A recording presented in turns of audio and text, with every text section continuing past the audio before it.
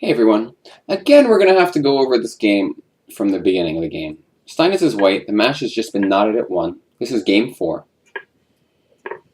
E3, E5 has been played. What should white do here? Now, again, this is pretty much, I think it's modern day theory at this point.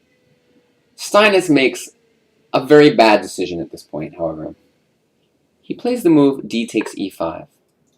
Why is this a bad decision? Well, first of all, after queen takes, king takes, knight to c6, it looks like, okay, we've moved our king, but hey, isn't it an endgame? Isn't it okay?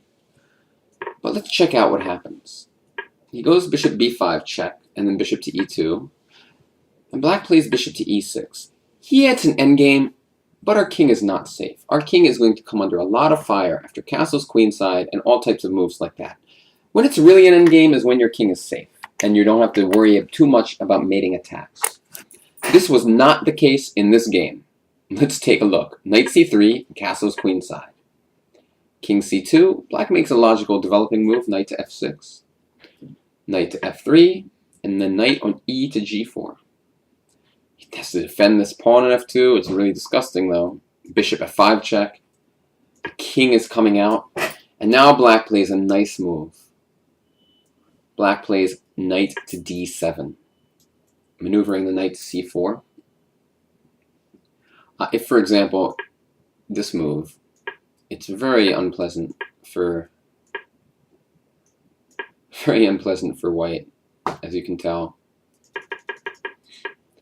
So he did something like he went e4, knight c5 is played anyway, king c2, knight takes pawn. I mean, the position is just completely hopeless. Knight takes c3. Black is up a pawn and still attacking the king. Knight f6 makes sense to come to e4 in some lines. And Steinitz does not last long here. Knight to d7, coming to c5. f6 is a nice move. Knight check. King a3. The king has nowhere really good to go. If king c3, rook to d3. This is basically going to lead to mate. Sorry, b5 is the move I meant to play. So after knight c5, he went king a3. But after the move rook to d3, he resigned. Because if b3, knight takes pawn. And then we win the rook. So an absolutely abysmal game from Steinitz, just like the last one was. And it's games like this where is why I kind of confidently make the statement that Steinitz was pretty much at best around 2300 FIDE. Like, these games are horrendous. Horrendously bad.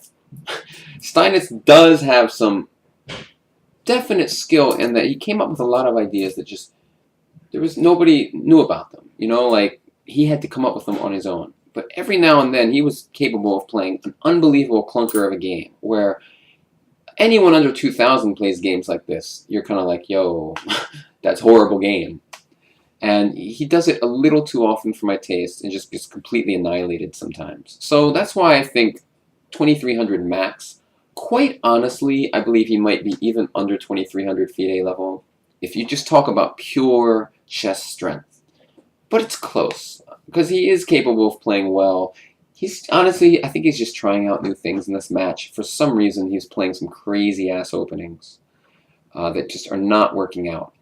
So now he's down a game. And it's funny, when you look at these earlier matches, how close it was for history to have been different. Like, Steinitz is remembered for all these amazing ideas. But what if Chigorin beats him? What if Gunsberg beats him and becomes world champion? How much will they be remembered for their ideas? I think their ideas would have a lot more lasting power if they became world champion. And they were very close. Zukertort was close too. He was up 3 points at some point in that match. So it's a very interesting question as to what extent does the fact that these guys were the world champion affect how history remembers them and their chess ideas. Thanks for watching. See you tomorrow. Bye-bye.